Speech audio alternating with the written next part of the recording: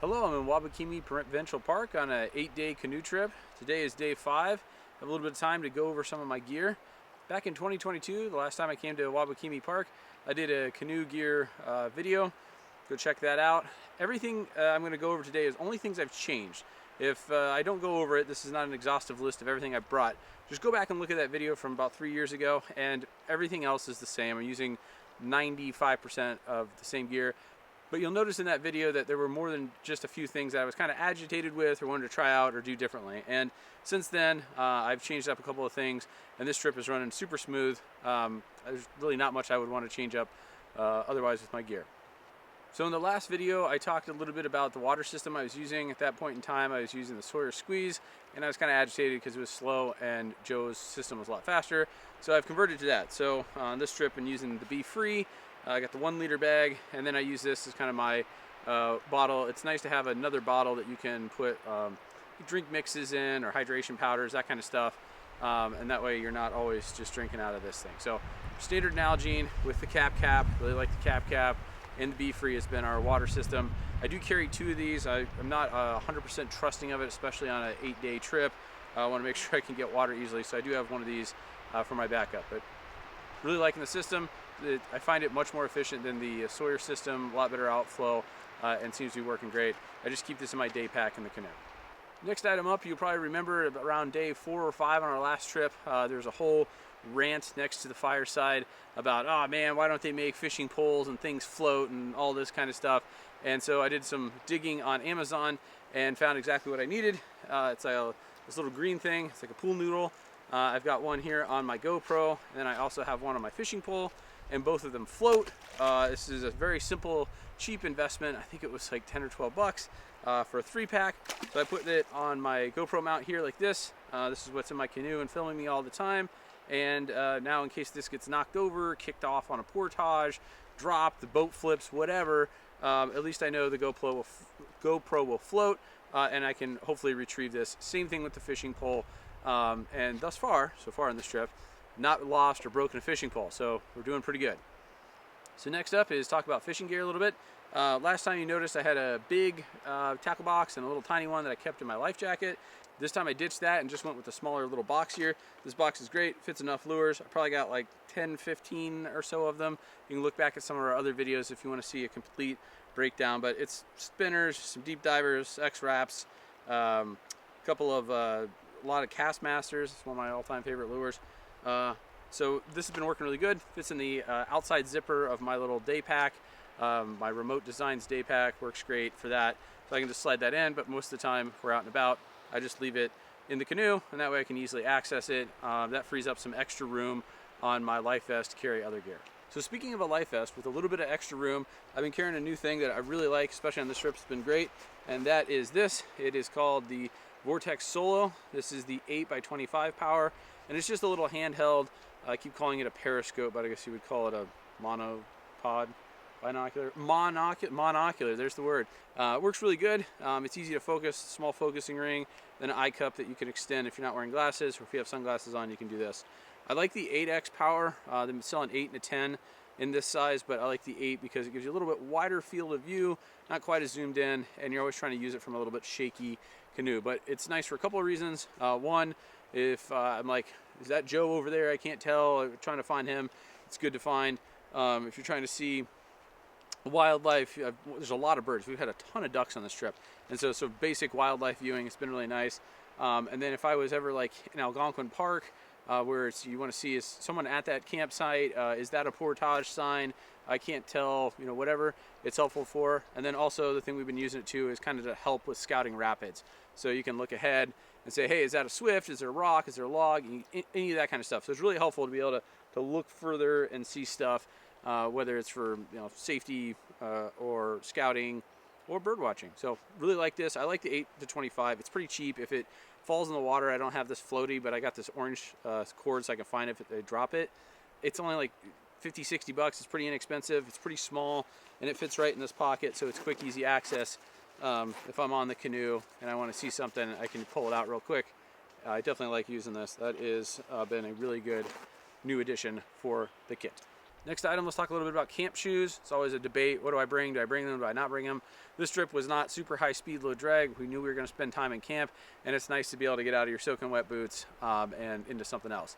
Last time on my trip, my main shoe I used as my main canoe shoe was the Astral Mirage Mid, which I don't think they make anymore, and I'm pretty positive it is the perfect canoe boot shoe. Love that thing, been using it all day. It's awesome.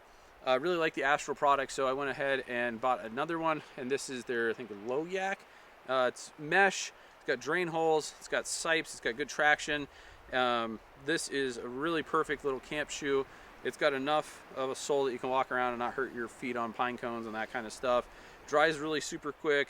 If you want to like get out of your tent real quick at night and have to go to the bathroom, the heel folds down so you can just slide your foot in really easy and use it kind of like a camp slipper, or you can tie it on. My last gear trip video, if you watch that, I used a Croc, and the Crocs are great, like they're okay, but they're a little bit sloppy. If I ever lost or melted my main shoes, using Crocs as your main shoes would kind of suck. They're not real stable. You could get by with these. These are basically water shoes. They've got really good traction with all the sipes and a robust enough-ish heel that you could use this as a main shoe if you really wanted to. So yeah, really liking these. And then in the portage pack, you can see it compressed down.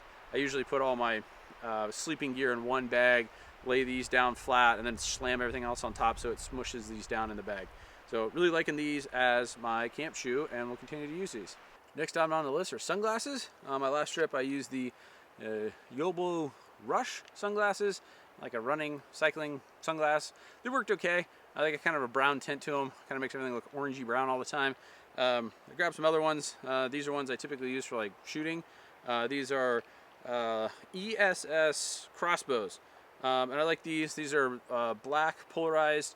They wrap around really good, so you got really good sun protection, really good protection. I was always concerned about, you know, fish hooks and stuff, so you got good protection from either side. They really wrap around, offer good 360 protection. They got a really nice carrying case, and they also come with clear. So if you're doing camp chores like chopping wood or something like that, it's nice to have a pair of clear lenses. And I brought a pair of non-polarized black ones just as a backup. So not terribly inexpensive. They get scratched, broken, whatever. I think you can get the polarized lenses for like with the frames for 110 bucks or so. So not crazy expensive. Really durable. I think these are the standard issue for the Marine Corps. So there's probably been quite a bit of testing that has gone into making these a good pair of sunglasses. So been liking these thus far. It is really nice to have the polarized sunglasses. I do like that for fishing. You can look down, find logs, rocks, see the fish, all that kind of stuff. So I would recommend polarized sunglasses. Next up is the Jetboil. This is my stove system. I've been using this for about, I don't know, past year or so. I really like the Jetboil. I had been using alcohol stoves before. I used a pocket rocket in my last one. This is really quick. It's really efficient. If you're just boiling water and you just want to, do a dehydrated meal, which is mainly what we've been doing, then this is a great solution. One little pro tip: they got this little cup here at the bottom, and you can fit a lighter right in the bottom, no problem. So I've just been keeping that right in there, putting the cup on the bottom, and then inside I've got one of the small canisters. And if you use this once a day or twice a day, making some lunch and dinners, it works just fine. Everything fits in there, nice, compact, quick, easy package. The biggest problem with it, though, is if you want to use it like on a fire, you got this neoprene wrapper. It's not the most bushcrafty, approved type of cooking device, but it works really quick if you're just doing a bunch of dehydrated meals. Joe has a stove and a twig stove, so if we need to cook anything, we've got that. Next item up is an air pump. I don't know where this has been my entire life of camping and backpacking. This is the greatest invention ever. This one is the Flextail Ultralight 1.2. I like this one. I had Amazon points, so I bought this. Works great. You probably remember back videos decades ago at this point where I'm complaining about blowing up sleeping pads. It just drives me nuts, and I always get winded, and then I'm tired. This thing is awesome. About 45 seconds, 50 seconds, it blows up a pad.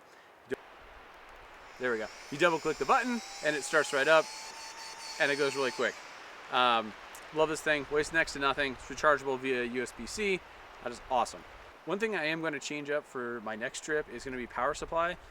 This time I brought 3 10,000 milliamp Anchor batteries. I had these, bought them over the years, had them in different briefcases and different travel things, and I am down to, this one's almost done. I got one more that's full.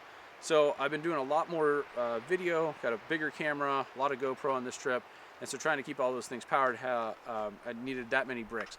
If I was gonna do this again, I would get like a 40 or 50 thousand milliamp, and I would get in one brick, and I would get it so it has a battery meter, like a number. All the bricks I have just have like 4 blue dots that tell you kind of 50%, 75, you know, that kind of thing. So I'd like to have one big thing just to deal with one thing versus 3 small things, and then have it have a percentage on it. To charge my batteries for my GoPro and stuff, I've been using this little box. I think this one is from GoPro. Yeah, it works really good. Charge 2 batteries at once. And then I have this KF Concepts. This is to charge my larger Sony batteries. You can plug in via USB-C and then charge 2 of the NPZ100 whatever batteries that the Sony uses. Oh, here it is. NPFZ100. Quite a mouthful. But this has been working really good, and I'm glad I brought this. I would just bring more power and make it simpler by carrying one thing versus 3 separate things. Final item today is to talk about camera gear. I can't really show you what I'm using right now because it's filming me, but it is the Sony a7C II with the 20-70 f4 lens. So that's kind of been my main go-to lens in the Canoe. I really like this particular camera because it's small, it's compact. It's got the little tiny vlogger shotgun mic on it, so that's been working great. I really like it. This 20-70 gets you some good wide shots. The 70 you can get some tighter shots, and then this camera's got a 33 megapixel sensor, so you can do the APS-C crop mode. So it's really kind of like a 20-105, which is a really wide-ranging zoom lens, so I can get tight shots of Joe in the Canoe. I can get wide shots of landscape, that kind of stuff. So really liking it. It's been a great lens, and I think f4 is more than enough for around you know, daytime type stuff. For nighttime, I brought a different lens. I've used it some, maybe not as much as what I thought I was going to use, but I've been keeping it in this dry bag. I keep it in my main day pack, and then I just kind of have it in this little soft protector thing, and that's my nighttime lens, which is the 24 1.4 G Master Sony lens. This lens is great. I love this lens.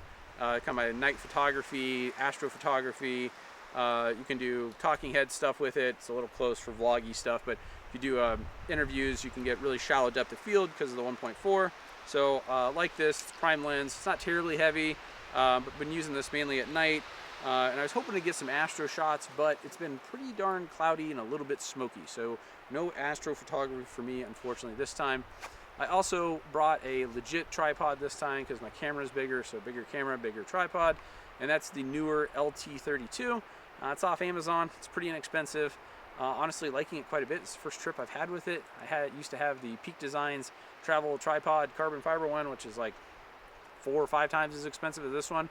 I like this just as much. It works fine. Compacts down really small. Can fit into my day pack. And then I've been keeping my A7C II kind of just top in the day pack too. It's a dry bag, so it's sealable. I'm able to keep it in there, keep it waterproof, yet able to unzip it and get to it quickly. And I'm just trying to be careful with the pack and not drop it and stuff because I know the camera's just kind of floating around in there.